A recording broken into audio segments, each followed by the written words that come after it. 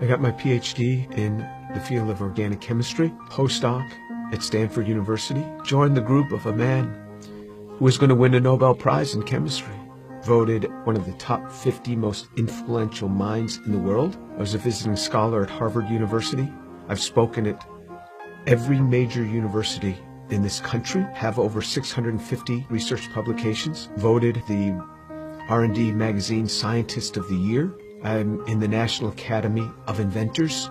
I'm a member of the American Association for the Advancement of Science, over 120 patents, started 7 or 8 companies.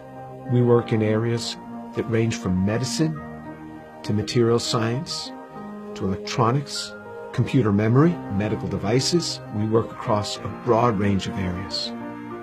But more than any of that, what means the most to me is that I'm a Jew who believes that Jesus is the Messiah.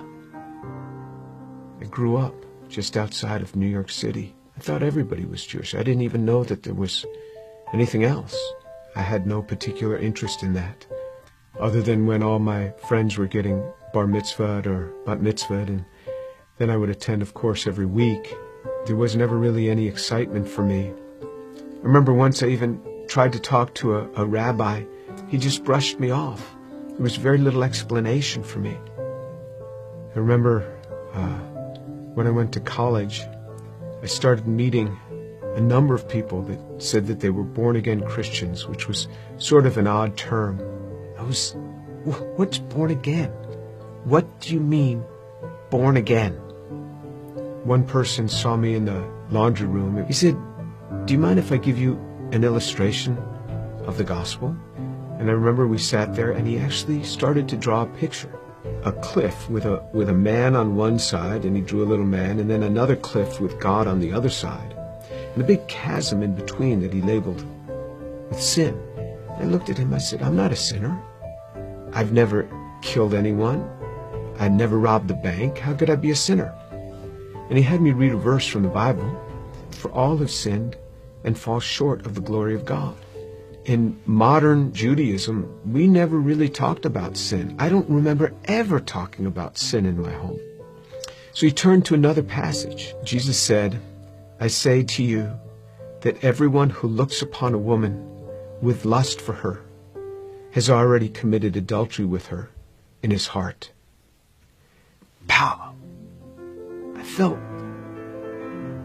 just as if I had been punched right in the chest. Here I was, new in college. I didn't think anybody knew. I would pick up these magazines and I became addicted to pornography. It was just through those magazines.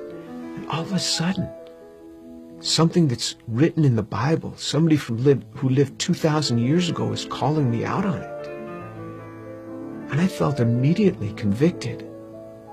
And that now I realized I was a sinner. When I read in the scriptures what sin is, then I knew I was a sinner. How am I going to get to God? We Jews know this better than anyone else. Without the shedding of blood, there is no forgiveness of sin. This description in Isaiah 53 of how he will bear upon himself my sin, the things that I had done, and this was him. This was the man that took this upon himself on the cross. The perfect God comes and gives himself for us. He is the one that gives himself for us. I started to realize how Jewish the New Testament is. This book is so Jewish. The New Testament is so Jewish. It's all around Jewish people. And then on November 7th, 1977, I was all alone in my room. The realization that Yeshua is the one who died on the cross. And I said, "Lord, I am a sinner. Please forgive me. Come into my life." And then all of a sudden, someone was in my room. And I opened my eyes. I was on my knees. I opened my eyes. Who's in my room? That man, Jesus Christ, stood in my room. This amazing sense of God. Jesus was in my room, and I wasn't scared. All I started doing was just weeping. The presence was so glorious because he was there in my room on that day. And I didn't want to get up. And this amazing sense of forgiveness just started to come upon me. That was him. Finally, I got up. I didn't know what to do. I didn't know who to tell. Here's this Jewish kid from New York City. What am I going to say? My cousins were shocked. How could you do that? You're Jewish. Telling my mother how I had invited Jesus into my life. She didn't say much. She was weeping. She told my father they weren't happy at all. And she said, I don't blame them for killing Jesus after the things that he said.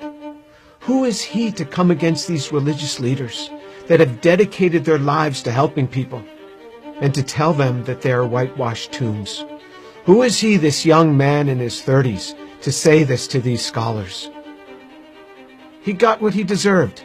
And my mother's a very deep, pensive, careful reader. She read from Genesis right on through the Tanakh, the whole thing. When she got done, I said, what did you think? She said, God warned us over and over again. He warned us. When my daughter was about 15, my mother and father came to visit us. At one point, my mother went into her room for several hours. She came out. She said, quite a young girl you have. She talked to me for a long time. She started reading the Bible again, both the Old and the New Testament. One day, not long after that, she called me on the phone at the age of 72. She said, Jimmy, you wouldn't believe what happened. I said, what happened? She said, I was just reading. And it hit me. It hit me. The way he gave his life. I believe it now. Jesus is the Son of God.